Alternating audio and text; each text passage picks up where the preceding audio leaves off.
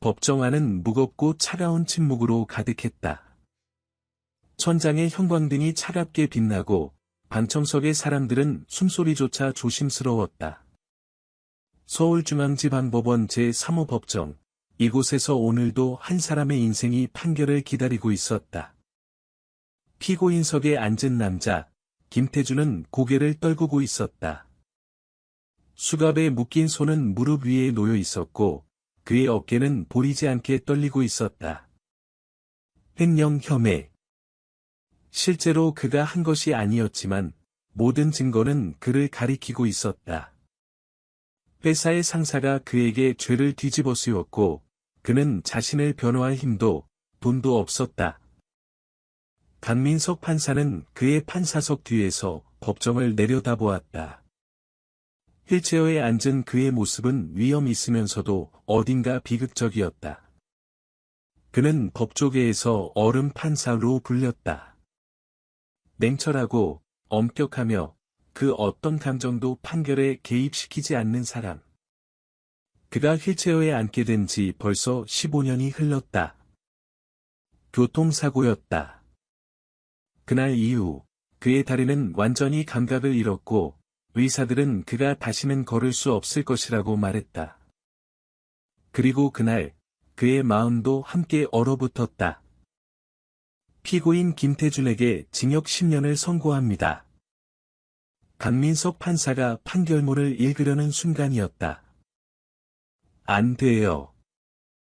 갑자기 어린아이의 목소리가 법정 안을 가득 채웠다.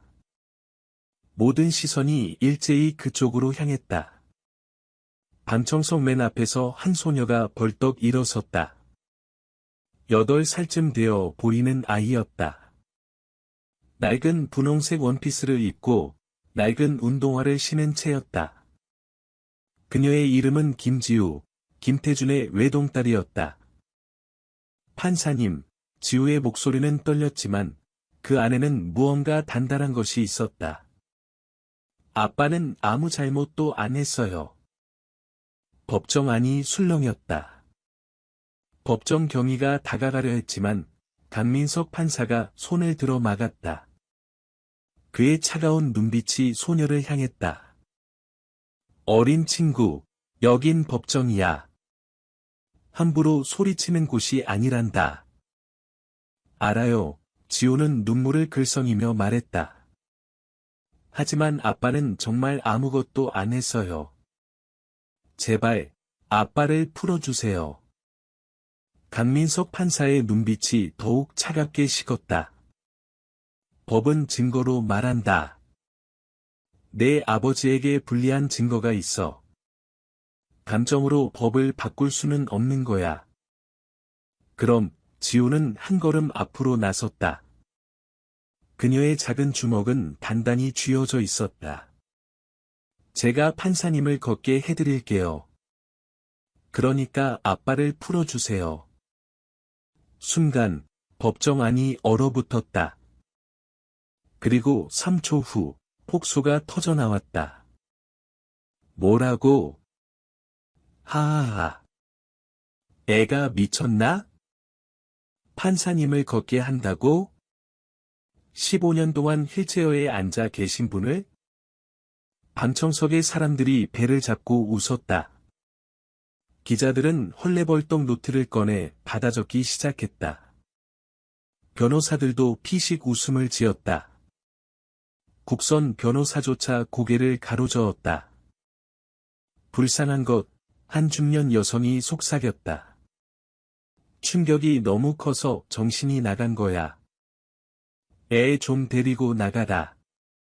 법정 모독이잖아. 한 남자가 큰 소리로 말했다.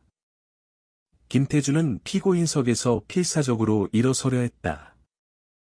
지우야, 안 돼. 제발 그러지 마. 그의 목소리는 절규에 가까웠다. 하지만 경위들이 그를 강제로 앉혔다. 지우의 눈에서 눈물이 흘러내렸다. 주변의 조롱 섞인 웃음소리가 그녀의 작은 가슴을 찔렀다. 하지만 그녀는 고개를 들었다. 그리고 강민석 판사를 똑바로 바라보았다. 진짜예요. 그녀의 목소리는 이번엔 더 강했다. 제가 판사님을 걷게 해드릴 수 있어요. 저를 믿어주세요. 강민석 판사의 얼굴에서 미소가 사라졌다. 그는 소녀를 빤히 쳐다보았다. 그 아이의 눈에는 무언가 이상한 것이 있었다. 그것은 단순한 어린아이의 순진함이 아니었다. 그것은 흔들리지 않는 확신이었다. 마치 이미 미래를 본 사람처럼. 법정 안이 조금씩 조용해졌다. 사람들은 판사의 반응을 기다렸다. 강민석은 차갑게 웃었다. 좋아. 내게 기회를 주지. 그의 목소리는 조롱으로 가득했다. 2분 동안 내가 말한 기적을 보여봐. 만약 실패하면 그는 잠시 멈췄다. 내 아버지의 형량을 늘릴 거야. 법정 모독죄를 더해서. 판사님, 국선 변호사가 벌떡 일어났다. 그건 너무 가혹합니다. 조용히 강민석의 목소리는 얼음처럼 차가웠다. 내 법정에서는 내가 규칙이다. 김태주는 오열했다. 지우야. 제발. 하지만 지우는 이미 움직이고 있었다. 그녀는 천천히 판사석을 향해 걸어갔다. 낡은 운동화가 대리석 바닥을 밟는 소리가 법정 안에 울려 퍼졌다. 딱, 딱, 딱, 그 소리는 마치 심장박동 소리처럼 느려지고 무거웠다. 사람들은 숨을 죽였다. 기자들은 카메라를 들었다. 변호사들은 팔짱을 끼고 지켜보았다. 모두가 이 우스꽝스러운 광경이 어떻게 끝날지 기다렸다. 지우는 강민석 판사의 휠체어 앞에 섰다. 그녀는 너무 작아서 판사를 올려다봐야 했다. 하지만 그녀의 눈빛은 누구보다 강했다. 판사님, 그녀는 조용히 말했다. 무서워하지 마세요. 아프지 않을 거예요. 강민석은 비웃었다. 난 아무것도 무서워하지 않는다, 꼬마야. 아니에요. 지우는 고개를 가로저었다. 판사님은 무서워하고 계세요. 다시 걸을 수 있다는 희망을 갖는 게 무서운 거예요. 그래서 판사님은 마음을 얼려버린 거잖아요. 그 순간, 강민석의 얼굴이 굳었다. 지우는 무릎을 꿇었다. 차가운 대리석 바닥이 그녀의 무릎을 시렸지만, 그녀는 개의치 않았다. 그녀는 작은 손을 뻗어 판사의 무릎 위에 올려놓았다. 뭐 하는 거냐? 한 경위가 다가가려 했지만, 강민석이 다시 손을 들어 막았다. 그는 이 황당한 광경을 끝까지 보고 싶었다. 그래야 이 어린 것이 얼마나 어리석은지 증명할 수 있을 테니까. 지우는 눈을 감았다. 그리고 작은 목소리로 무언가를 중얼거리기 시작했다. 그것은 기도인지 주문인지 알 수 없었다. 하지만 그녀의 목소리에는 간절함이 묻어났다. 법정 안의 공기가 변했다. 무언가 보이지 않는 긴장감이 공간을 채우기 시작했다. 제발, 지우는 속삭였다. 제발 이 사람의 마음을 녹여주세요. 그리고 그의 다리에 다시 생명을 불어넣어 주세요. 제 아빠는 죄가 없어요. 제발. 1분이 흘렀다. 아무 일도 일어나지 않았다. 사람들이 웅성거리기 시작했다. 몇몇은 이미 가방을 챙기기 시작했다. 시간 낭비군, 한 남자가 투덜댔다.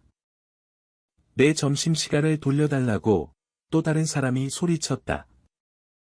웃음소리가 다시 법정을 채우기 시작했다. 강민석 판사는 차갑게 웃었다. 됐다. 꼬마. 넌 해냈어. 나를 웃게 만들었잖아. 15년 만에 처음이야. 그는 판결문을 다시 집어들었다. 이제 이 광대극을 끝내고. 그때였다. 7위. 강민석의 눈이 커졌다. 방금 뭔가 느껴졌다. 오른쪽 종아리에서. 불가능했다. 15년 동안 아무것도 느끼지 못했는데. 환각이었다. 그래, 분명 환각일 거야. 하지만 다시 느껴졌다. 이번엔 더 강하게. 따끔거림. 그리고 온기. 천천히, 아주 천천히 그의 다리를 타고 올라오는 온기. 이럴 수가. 그의 손이 떨렸다. 판결문이 바닥에 떨어졌다. 파사삭 소리가 법정 안에 울려 퍼졌다. 사람들이 이상함을 눈치챘다. 웃음소리가 멈췄다. 판사님, 서기관이 조심스럽게 물었다. 강민석은 대답하지 못했다. 그는 자신의 다리를 내려다보고 있었다. 그리고 그의 오른쪽 발가락이 움직였다. 아주 살짝. 하지만 분명히 움직였다. 안 돼, 그는 중얼거렸다. 이건 불가능해. 지우는 여전히 무릎을 꿇은 채 눈을 감고 있었다. 눈물이 그녀의 뺨을 타고 흘러내렸다. 그녀의 손은 따뜻했다. 마치 그 작은 손에서 빛이 나오는 것 같았다. 법정 안이 술렁이기 시작했다. 저거 봤어? 판사님 발이 움직인 것 같은데? 설마. 기자들이 카메라를 들이댔다. 플래시가 터지기 시작했다. 강민석의 얼굴에서 핏기가 가셨다. 그는 휠체어의 팔걸이를 꽉 움켜쥐었다. 너무 세게 쥐어서 손가락 마디가 하얗게 변했다. 땀이 그의 이마에서 흘러내렸다. 감각이 돌아오고 있었다. 15년 동안 죽어있던 감각이 조금씩, 천천히, 하지만 확실하게 돌아오고 있었다. 하느님, 그는 떨리는 목소리로 중얼거렸다. 이게 정말. 지우가 눈을 떴다. 그녀의 눈은 맑았다. 그녀는 판사를 올려다보며 조용히 말했다. 이제 일어나세요, 판사님. 판사님은 걸을 수 있어요. 강민석은 그녀를 쳐다보았다. 공포와 희망이 뒤섞인 표정이었다. 그의 입술이 떨렸다. 그는 말을 잇지 못했다. 두려워하지 마세요. 지우는 미소 지었다. 이건 기적이 아니에요. 이건 그저 판사님이 잊어버렸던 것들을 다시 찾는 거예요. 법정 안에 모든 사람들이 일어섰다.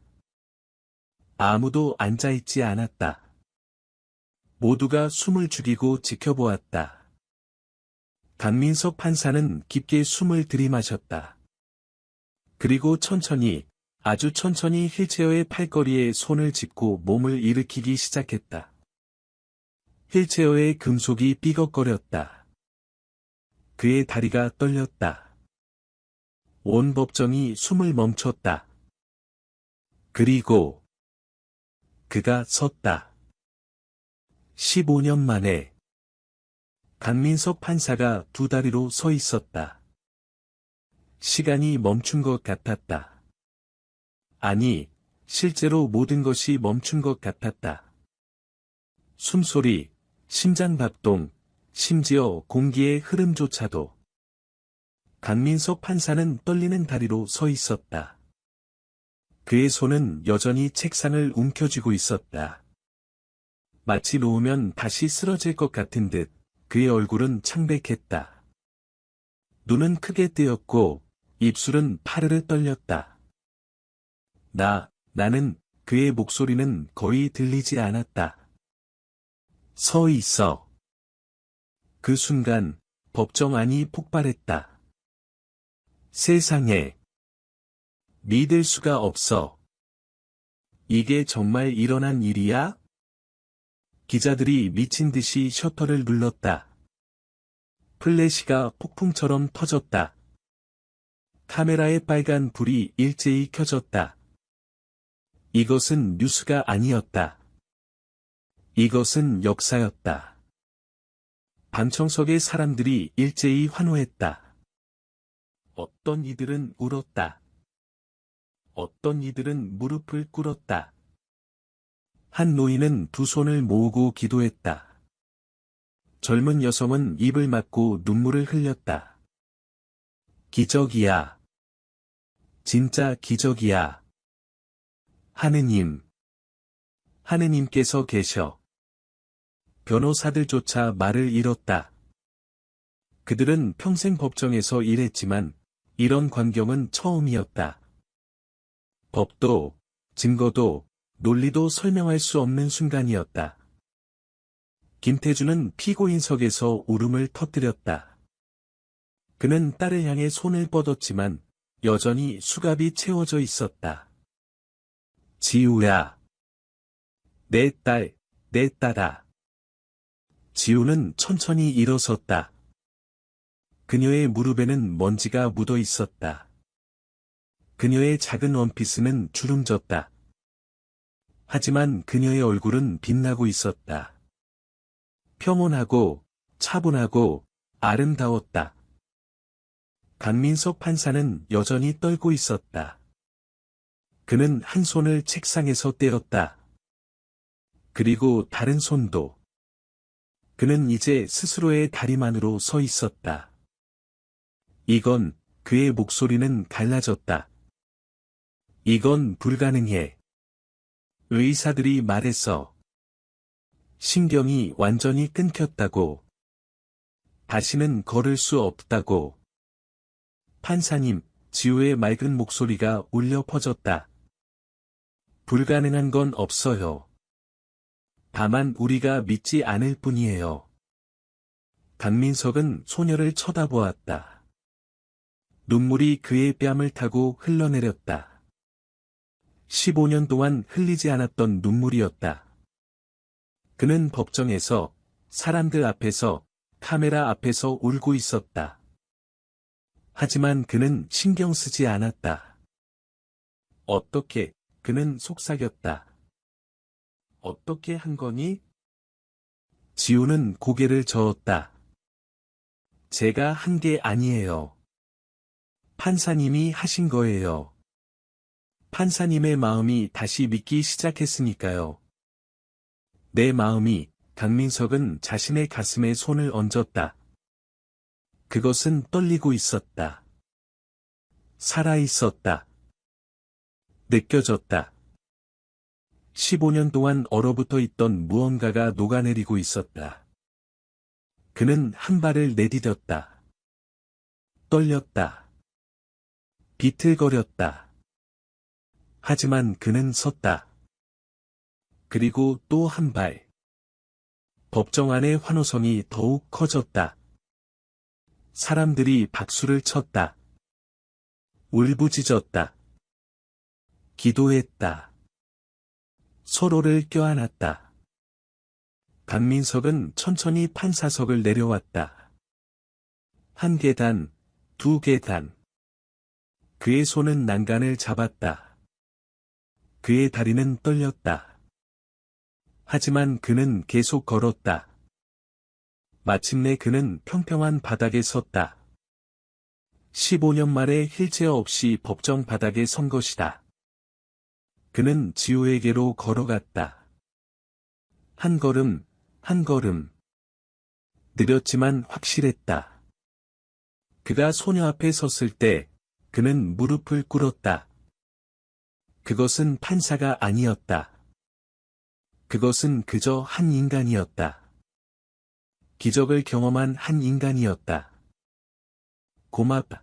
그는 떨리는 목소리로 말했다. 정말. 정말 고맙다. 지우는 그를 안아주었다. 작은 팔로. 그 순간 강민석은 완전히 무너졌다. 그는 소녀의 작은 어깨에 얼굴을 묻고 울었다. 15년 동안 쌓였던 모든 고통, 분노, 절망이 눈물로 흘러나왔다. 법정 안의 모든 사람들도 울었다. 그들은 단순한 판결을 보러 온 것이 아니었다. 그들은 기적을 목격한 것이다. 기자 중 한 명이 카메라를 내려놓고 눈물을 닦았다. 내 평생. 이런 건 처음이야. 경위들도 눈시울을 붉혔다.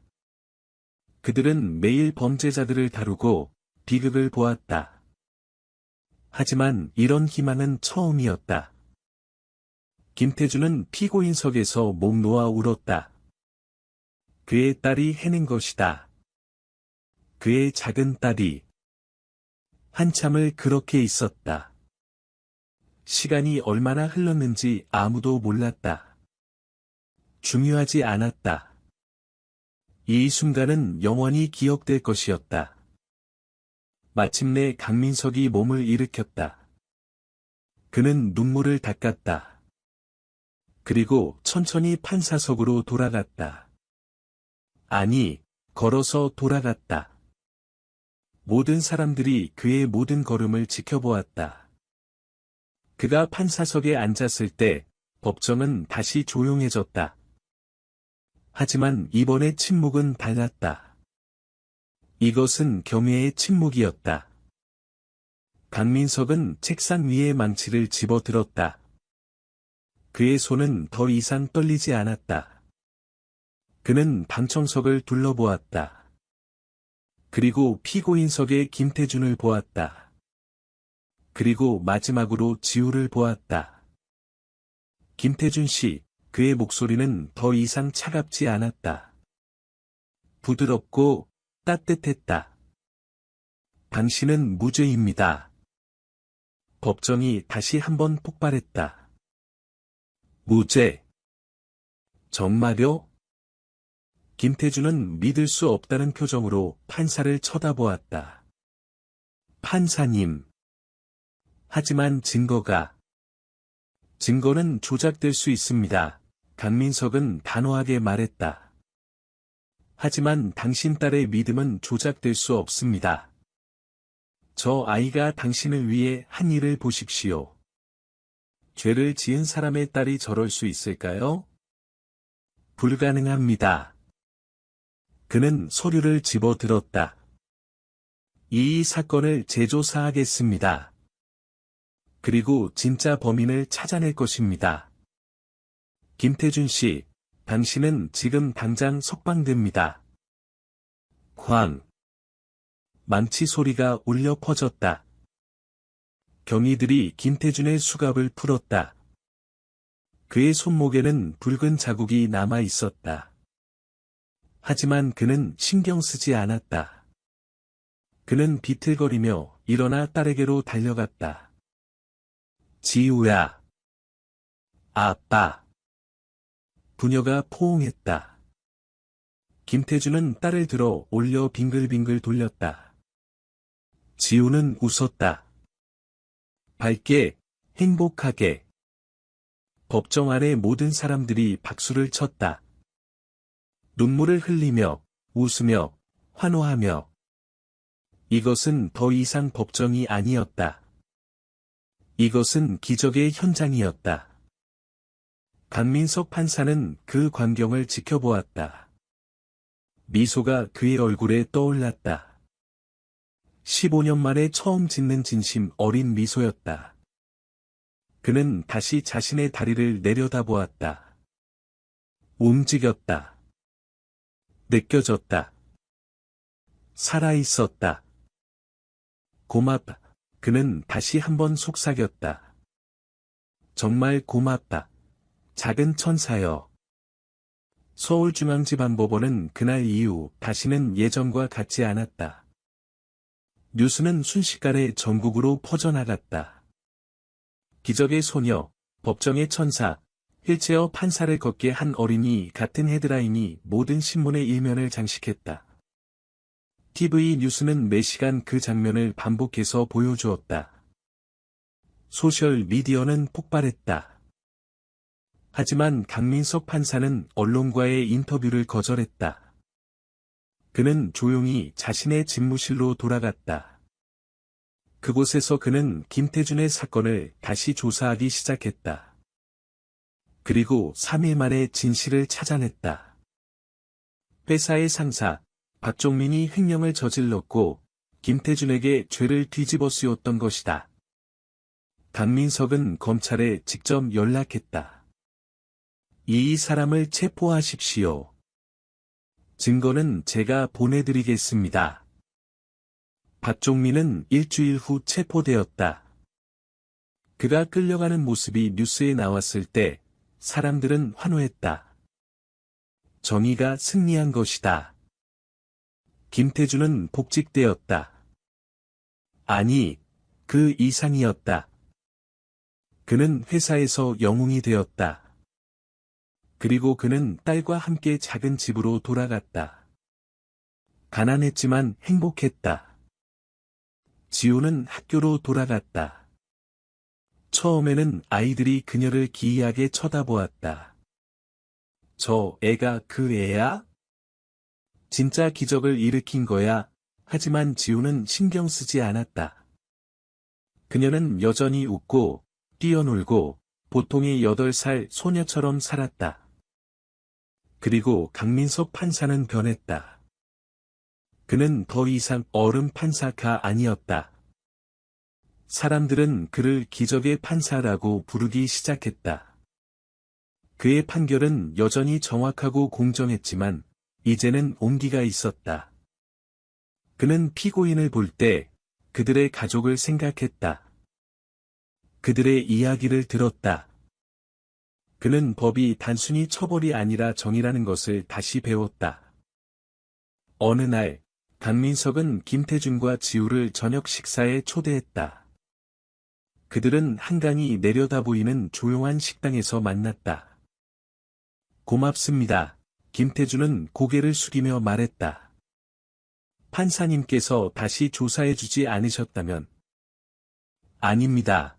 강민석은 손을 저었다. 고마워해야 할 사람은 접니다. 당신의 딸이 제게 다시 삶을 주었으니까요. 그는 지우를 쳐다보았다. 소녀는 파스타를 먹고 있었다. 토마토 소스가 입 주변에 묻어 있었다. 그녀는 완전히 평범한 아이처럼 보였다. 지우야, 강민석이 조심스럽게 물었다. 그날, 너는 어떻게 한 거니? 어떻게 나를 걷게 한 거지? 지우는 파스타를 한 입 삼키고 고개를 갸우뚱했다. 잘 모르겠어요. 그냥, 저는 믿었어요. 판사님이 걸을 수 있다고. 그리고 제가 도와드릴 수 있다고. 그게 다니? 네, 지우는 밝게 웃었다. 선생님이 그러셨어요. 진심으로 믿으면 기적이 일어난다고. 그래서 저는 진심으로 믿었어요. 강민석은 한동안 말이 없었다. 그는 창밖의 한강을 바라보았다. 물이 흘렀다. 끊임없이, 조용히. 그처럼 삶도 흘러간다. 때로는 기적도 함께. 믿음, 그는 중얼거렸다. 그렇게 간단한 거였구나. 판사님, 지우가 갑자기 물었다. 다리는 괜찮으세요? 아프진 않으세요? 강민석은 미소 지었다. 아니, 전혀. 오히려 매일 걷는 게 즐거워. 어제는 집에서 법원까지 걸어갔단다. 사람들이 놀라더구나.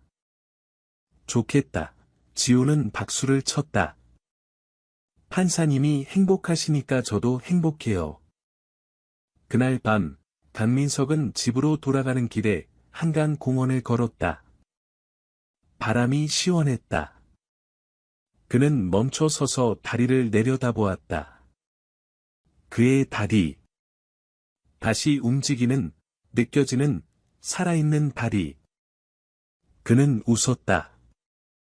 그리고 달리기 시작했다. 천천히, 조심스럽게, 하지만 분명히.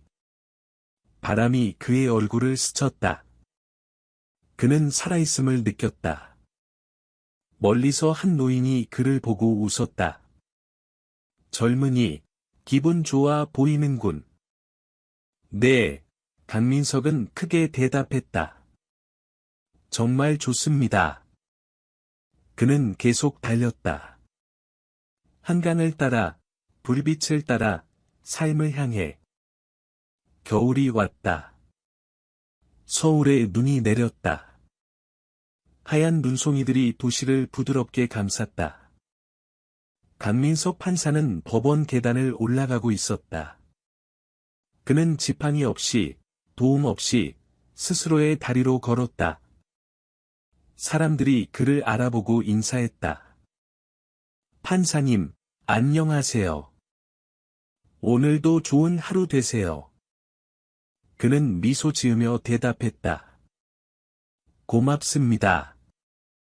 여러분도요. 그의 집무실에 도착했을 때 책상 위에 편지 한 통이 놓여 있었다. 분홍색 편지지였다. 그는 편지를 집어 들었다. 판사님께.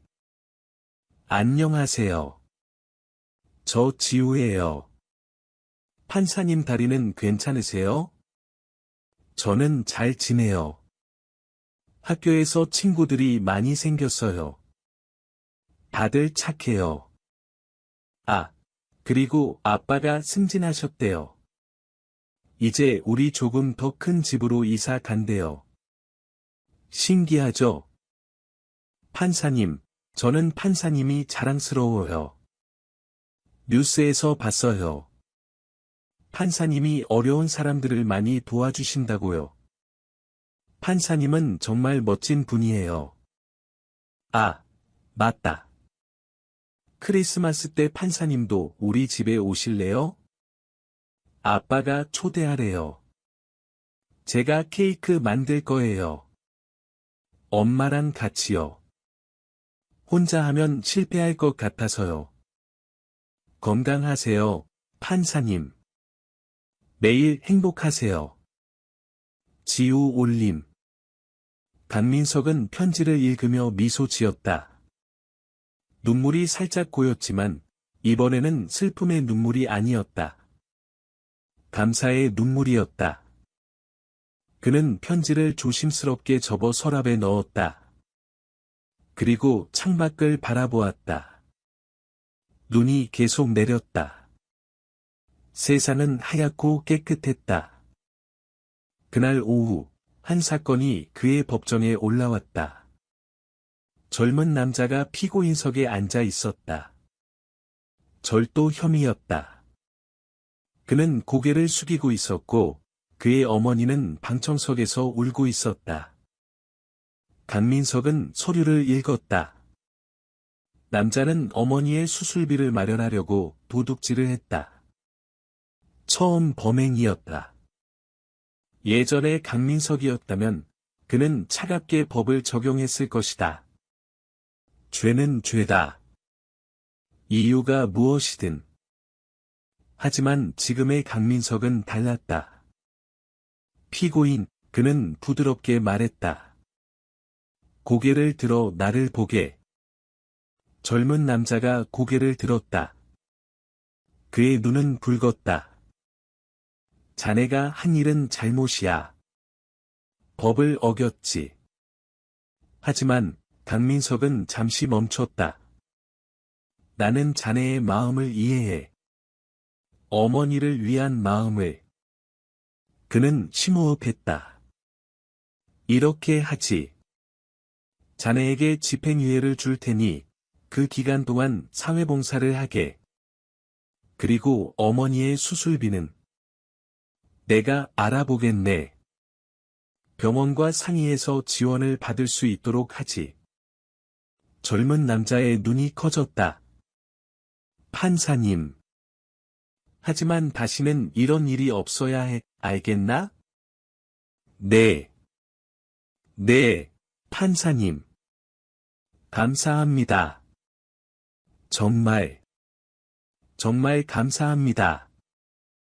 남자의 어머니는 방청석에서 일어나 절을 했다. 감사합니다, 판사님. 감사합니다. 강민석은 미소 지었다. 그리고 망치를 두드렸다. 광. 법정이 끝난 후 그의 동료 판사가 찾아왔다. 강 판사님, 요즘 많이 변하셨네요. 예전 같았으면 그 사건의 징역을 선고하셨을 텐데. 강민석은 웃었다. 사람은 변하는 거지. 특히 기적을 경험하고 나면. 그 소녀 말씀이십니까? 그래. 저 작은 아이가 내게 가르쳐줬어. 법은 중요하지만 그보다 더 중요한 건 사람이라는 것을. 법은 정의를 위해 존재하는 거지, 처벌을 위해 존재하는 게 아니라는 것을. 동료 판사는 고개를 끄덕였다. 멋진 말씀입니다. 멋진 건 그 아이지. 강민석은 창밖을 바라보았다. 나는 그저 배우고 있을 뿐이야. 12월 25일 크리스마스. 강민석은 작은 아파트 앞에 섰다. 손에는 선물 상자를 들고 있었다. 그는 심호흡하고 초인종을 눌렀다. 오셨어요. 문이 열리고 지우가 튀어나왔다. 그녀는 예쁜 빨간 원피스를 입고 있었다. 머리에는 술록 뿔 머리띠를 쓰고 있었다. 메리 크리스마스, 지우. 강민석은 미소 지으며 선물을 건넸다. 이거 너를 위한 거야. 와. 고마워요. 지우는 선물을 받아들고 눈을 반짝였다. 들어오세요. 집 안은 따뜻했다. 크리스마스 트리가 반짝이고 케이크 굽는 냄새가 났다. 김태준이 나와 악수를 청했다. 판사님, 어서 오십시오. 영광입니다. 아닙니다. 초대해 주셔서 감사합니다. 그들은 거실에 앉았다. 테이블에는 음식이 가득했다. 소박했지만 정성이 가득했다. 판사님, 저희가 준비한 건 별로 없지만 김태준의 아내가 미안해하며 말했다. 아니에요. 강민석은 고개를 저었다. 이게 진짜 크리스마스입니다. 따뜻하고 행복하고 사랑이 넘치는. 그들은 함께 식사를 했다. 웃고 이야기하고 즐거운 시간을 보냈다. 지우는 자신이 만든 케이크를 자랑스럽게 보여주었다. 조금 삐뚤었지만 그것은 세상에서 가장 아름다운 케이크였다. 식사 후 그들은 창가에 앉아 눈 내리는 것을 바라보았다. 판사님, 지우가 조용히 물었다. 행복하세요? 강민석은 고개를 끄덕였다. 응, 정말 행복해. 너 덕분이야, 지우. 제 덕분이 아니에요. 지우는 고개를 저었다. 판사님이 변하기로 선택하셨잖아요. 그게 더 대단한 거예요. 그래도 내가 없었다면 강민석은 눈을 감았다. 나는 아직도 그 차가운 사람이었을 거야. 아니에요. 지우는 그의 손을 잡았다. 판사님은 원래부터 따뜻한 분이셨어요. 그냥 잠깐 잊으셨던 거예요. 강민석은 소녀를 쳐다보았다. 8살밖에 안 된 아이가 어떻게 이렇게 지혜로울 수 있을까? 그는 웃었다. 너는 특별한 아이구나, 지우. 아니에요. 지우는 고개를 저었다. 저는 그냥 믿었을 뿐이에요. 판사님도, 아빠도, 모든 게 잘 될 거라고. 그 믿음이 특별한 거야. 밤이 깊어갔다. 강민석은 집으로 돌아갈 준비를 했다. 문 앞에서 그는 다시 한번 김태준 가족에게 인사했다. 정말 감사합니다. 오늘은 제 인생에서 가장 행복한 크리스마스였습니다. 저희가 더 감사하죠. 김태준은 깊게 절했다. 판사님 덕분에 저희 가족이 다시 모일 수 있었습니다. 아니에요. 지우 덕분입니다. 지우는 강민석을 꽉 안아주었다. 판사님, 메리 크리스마스. 매일 행복하세요. 너도, 지우. 항상 건강하렴. 강민석은 아파트를 나섰다. 눈이 여전히 내리고 있었다. 그는 걸으며 하늘을 올려다보았다. 눈송이가 그의 얼굴에 닿았다. 차갑지만 부드러웠다. 그는 멈춰 서서 눈을 감았다. 그리고 감사했다. 삶에게, 기적에게, 그리고 작은 소녀에게. 고맙다. 그는 속삭였다. 정말 고맙다. 봄이 왔다. 벚꽃이 흩날렸다. 강민석 판사는 공원 벤치에 앉아 있었다. 그는 달리기를 마치고 쉬고 있었다. 그는 이제 매일 아침 달렸다. 16년 만에 처음으로 자신의 다리로 뛸 수 있었으니까. 판사님. 그는 고개를 돌렸다. 지우가 달려오고 있었다. 그녀는 이제 9살이었다. 조금 더 자랐고, 조금 더 성숙해 보였다. 하지만 여전히 그 맑은 눈을 가지고 있었다. 지우. 여기서 뭐 하니? 학교 가는 길이에요. 지우는 그 옆에 앉았다. 판사님은요? 아침 운동이지. 요즘 마라톤 준비하고 있거든. 마라톤이요. 지우의 눈이 커졌다. 대단해요. 그래, 다음 달에 서울 마라톤에 참가할 거야. 처음이지만 도전해보고 싶어. 꼭 완주하실 거예요. 지우는 박수를 쳤다. 판사님이라면 할 수 있어요. 강민석은 웃었다. 너의 그 믿음은 정말 대단해. 그들은 잠시 조용히 앉아 있었다. 벚꽃 잎이 바람에 날려 그들 주변을 감쌌다. 아름다웠다. 판사님, 지우가 조심스럽게 물었다. 가끔 무서워요? 무엇이?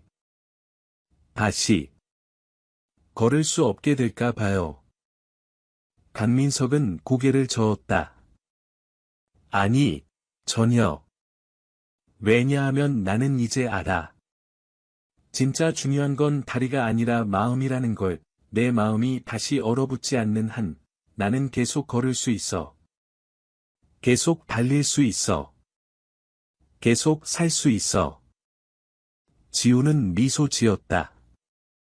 멋진 말이에요. 너한테 배운 거야. 저한테요? 응, 너는 나에게 가장 중요한 걸 가르쳐줬어. 믿음, 사랑, 희망. 그게 우리를 살아있게 하는 거라고. 종이 울렸다. 지우의 학교 종이었다. 아, 이제 가야 해요. 지우는 벌떡 일어났다. 늦으면 안 돼요. 그래, 조심히 가렴. 지우는 몇 걸음 뛰다가 멈춰 섰다. 그리고 돌아보았다. 판사님. 응. 사랑해요. 그 말과 함께 지우는 달려갔다. 그녀의 작은 몸이 벚꽃 사이로 사라졌다. 강민석은 한동안 그 자리에 앉아 있었다. 눈물이 흘렀다. 하지만 슬픈 눈물이 아니었다. 행복한 눈물이었다. 나도 사랑한다. 작은 천사여. 5월의 어느 화창한 일요일. 서울 마라톤 대회가 열렸다. 수천 명의 사람들이 모였다. 젊은이들, 노인들, 가족들. 모두가 같은 목표를 향해 달릴 준비를 했다. 강민석은 출발선에 섰다. 그는 운동복을 입고 러닝화를 신고 가슴에 번호표를 달았다. 42.195km. 그에게는 엄청난 도전이었다. 판사님. 그는 고개를 돌렸다. 김태준과 지우, 그리고 김태준의 아내가 서 있었다. 그들은 응원 피켓을 들고 있었다. 강민석 판사님, 파이팅! 강민석은 웃었다. 와줘서 고마워. 당연하죠. 김태준은 엄지를 들었다. 끝까지 응원할게요. 판사님, 힘내세요. 지우는 작은 목소리로 외쳤다. 판사님은 할 수 있어요. 출발 신호가 울렸다. 방. 수천 명이 일제히 달리기 시작했다. 강민석도 천천히 뛰기 시작했다. 그는 서두르지 않았다. 자신의 페이스로 꾸준히. 처음 10km는 괜찮았다. 그는 호흡을 조절하며 달렸다. 주변의 경치를 보며 사람들의 응원을 들으며 20km를 지났을 때 다리가 조금 아프기 시작했다. 하지만 그는 멈추지 않았다. 30km, 이제 진짜 힘들었다. 그의 다리는 비명을 질렀다. 하지만 그는 계속 달렸다. 나는 할 수 있어. 나는 이미 기적을 경험했어. 이 정도는 아무것도 아니야. 35km, 그는 거의 걷다시피 했다. 주변의 사람들이 그를 추월했다. 하지만 그는 개의치 않았다. 40km, 결승선이 보였다. 아직 멀었지만, 보였다. 그리고 그곳에서 그는 그들을 봤다. 김태준, 지우, 그리고 그의 아내. 그들은 열심히 피켓을 흔들며 소리쳤다. 판사님. 거의 다 왔어요. 조금만 더요. 할 수 있어요. 강민석은 마지막 힘을 짜냈다. 그는 다시 뛰기 시작했다. 천천히, 하지만 확실히. 41km. 42km. 그리고 결승선. 그가 결승선을 통과하는 순간 세상이 느려진 것 같았다. 그는 팔을 들었다. 환호했다. 울었다. 해냈어. 나 해냈어. 김태준 가족이 달려왔다. 그들은 그를 껴안았다. 함께 울었다. 함께 웃었다. 대단해요, 판사님. 김태준은 등을 두드렸다. 정말 멋있었어요. 지호는 눈물을 흘리며 말했다. 강민석은 그들을 쳐다보았다. 그리고 하늘을 올려다보았다. 파란 하늘. 흰 구름. 따뜻한 햇살. 고맙습니다. 그는 속삭였다. 이 모든 것에 감사합니다. 완주 메달을 목에 걸었을 때 그는 새로운 사람으로 다시 태어난 기분이었다. 16년 전에 잃어버렸던 자신을 되찾은 기분이었다. 이건 단순한 마라톤이 아니었어. 그는 지우에게 말했다. 이건 내 인생의 마라톤이었어. 그리고 나는 완주했어. 너 덕분에. 지우는 고개를 저었다. 아니에요. 판사님 혼자 하신 거예요. 저는 그냥 믿었을 뿐이에요. 그 믿음이 나를 여기까지 데려온 거야. 5년 후. 시간이 흘렀다. 세월은 모든 것을 변화시켰다. 지우는 이제 중학생이 되었다. 그녀는 키가 크고 더 성숙해졌지만 여전히 그 맑은 눈을 가지고 있었다. 그녀는 학교에서 인기가 많았다. 착하고 배려심 깊고 항상 다른 사람을 도왔으니까. 김태주는 회사에서 부장이 되었다. 그는 자신의 팀을 이끌며 정직하게 일했다. 사람들은 그를 존경했다. 그리고 강민석 판사는 전설이 되었다. 그는 대법원 판사로 임명되었다. 최연소 대법관이었다. 그의 판결은 항상 공정하고 따뜻하고 지혜로웠다. 사람들은 그를 희망의 판사라고 불렀다. 그리고 그는 매년 그날을 기억했다. 작은 소녀가 그에게 다시 걸을 수 있게 해준 그날을. 어느 가을날, 강민석은 학교에 초청되었다. 진로 특강을 하러 온 것이다. 그리고 그 학교는 바로 지우가 다니는 학교였다. 강당은 학생들로 가득했다. 그들은 웅성거리며 대법관을 기다렸다. 강민석이 무대에 올랐을 때 박수가 터져 나왔다. 그는 미소 지으며 마이크 앞에 섰다. 안녕하세요, 학생 여러분. 나는 대법관 강민석입니다. 학생들이 환호했다. 오늘 여러분에게 내 이야기를 하려고 합니다. 실패해서 다시 일어선 이야기를, 기적을 경험한 이야기를, 그리고 한 작은 소녀가 내 인생을 어떻게 바꿨는지에 대한 이야기를. 그는 천천히 진심을 담아 이야기를 시작했다. 사고에 대해, 16년간의 휠체어 생활에 대해, 그리고 그날 법정에서 일어난 기적에 대해. 학생들은 숨을 죽이고 들었다. 어떤 학생들은 눈물을 흘렸다. 그 소녀는 나에게 가장 중요한 것을 가르쳐줬습니다. 믿음의 힘을, 사랑의 힘을, 희망의 힘을. 강민석의 목소리는 떨렸다. 그리고 그 소녀는 지금 이 자리에 있습니다. 그는 객석을 바라보았다.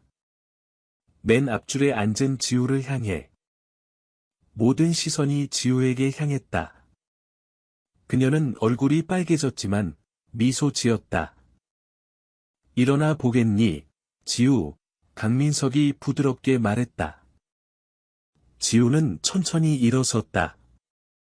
박수가 터져 나왔다. 학생들이 환호했다. 이 아이가 나를 구했습니다. 강민석은 눈물을 닦으며 말했다. 그리고 나는 이 아이 덕분에 오늘 여기 서 있습니다. 여러분에게도 이런 사람이 있을 겁니다. 여러분을 믿어주는 사람. 여러분에게 희망을 주는 사람. 그 사람을 소중히 여기세요. 그리고 여러분도 누군가에게 그런 사람이 되어주세요. 강당이 다시 한번 박수로 가득 찼다. 학생들이 일어섰다. 기립 박수였다. 특강이 끝난 후, 강민석과 지우는 학교 운동장을 걸었다. 오랜만이야, 지우. 네, 판사님. 잘 지내셨어요? 응, 너 덕분에 매일 행복해. 그들은 벤치에 앉았다. 가을 바람이 불었다. 낙엽이 떨어졌다. 지우야, 강민석이 조심스럽게 물었다. 너는 앞으로 뭐가 되고 싶니? 지우는 잠시 생각했다. 글쎄요. 아직 잘 모르겠어요.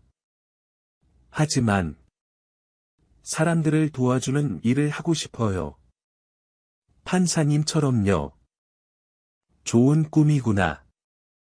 판사님, 지우가 그를 쳐다보았다. 그날 일 기억하세요? 법정에서요. 물론이지. 매일 기억해. 저는 그날 무서웠어요. 사람들이 다 웃고 비웃고. 하지만 저는 믿었어요. 제 마음을 믿었어요.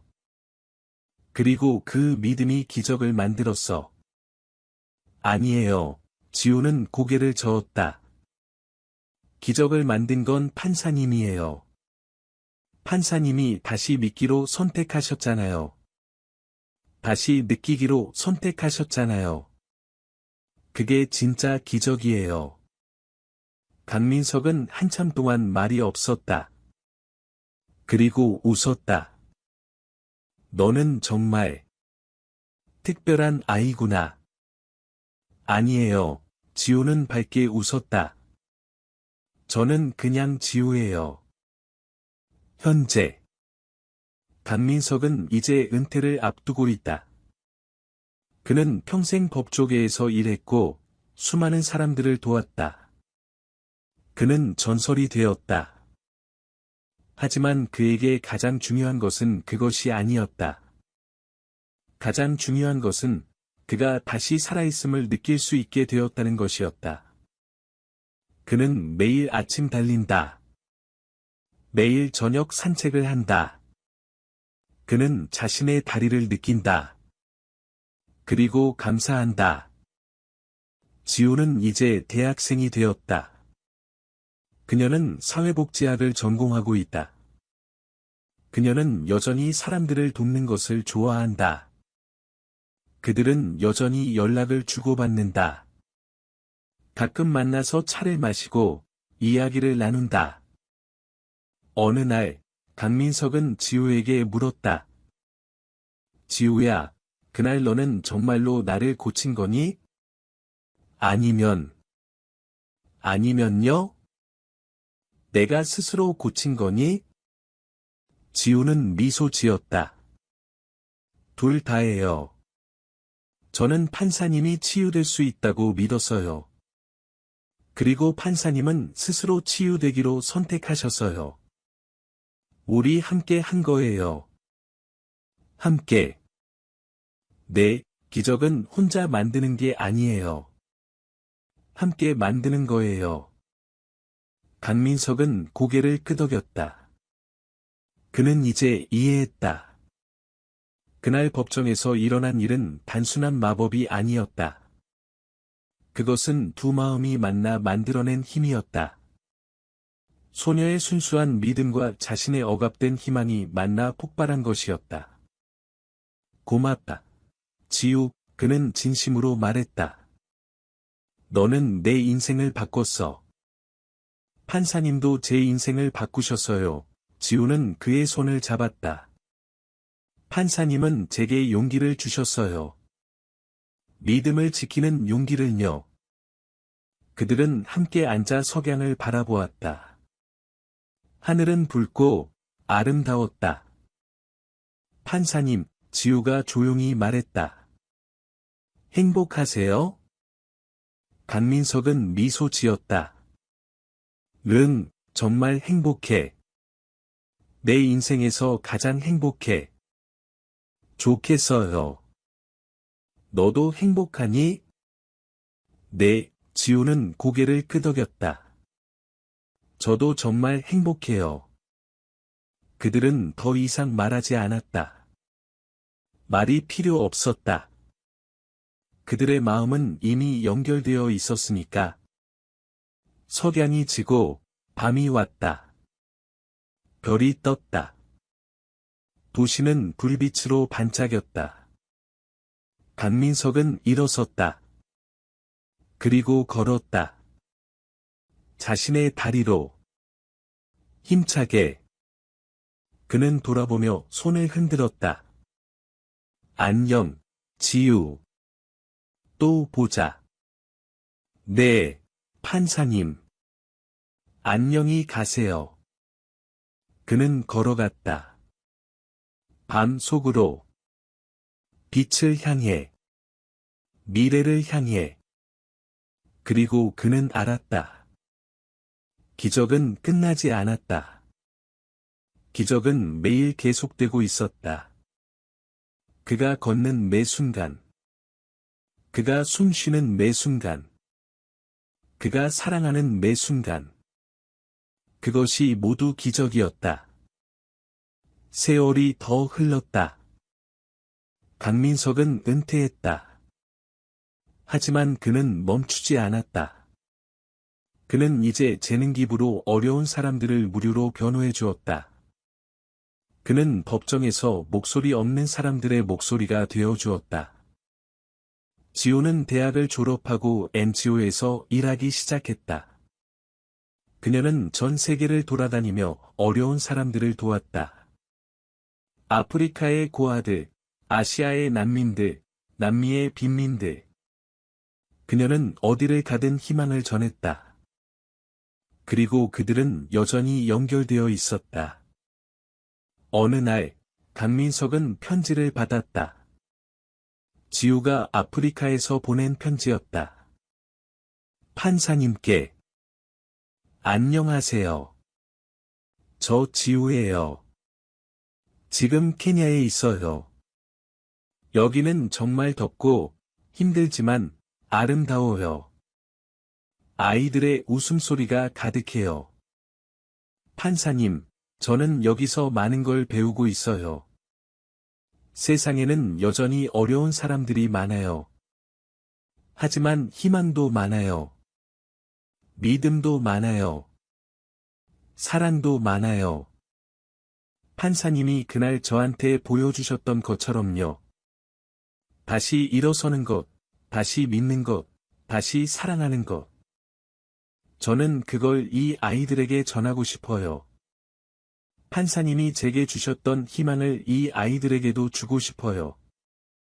판사님, 건강하세요. 매일 행복하세요. 그리고 계속 걸으세요. 계속 달리세요. 계속 살아주세요.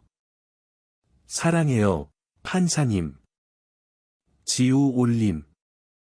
강민석은 편지를 읽으며 울었다. 그의 작은 천사가 이제 다른 사람들의 천사가 되어 있었다. 그가 받은 기적을 다른 사람들에게 전하고 있었다. 그는 답장을 썼다. 사랑하는 지우에게. 내 편지를 받고 정말 기뻤어. 내가 그 일을 하고 있다니 자랑스러워. 지우야, 너는 알고 있니? 그날 법정에서 나를 고친 사람은 너였지만, 사실 나도 너를 고쳤어. 너는 아버지를 잃을 뻔했지만, 믿음을 잃지 않았지. 그 믿음이 너를, 나를, 우리 모두를 구했어.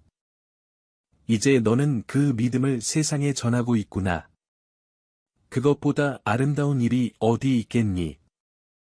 계속해, 지우. 계속 사랑하고, 계속 믿고, 계속 희망을 전해. 그것이 내가 태어난 이유야.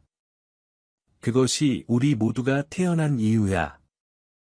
나는 여기서 너를 응원하고 있어. 매일 기도하고 있어. 내가 안전하고, 행복하고, 건강하기를.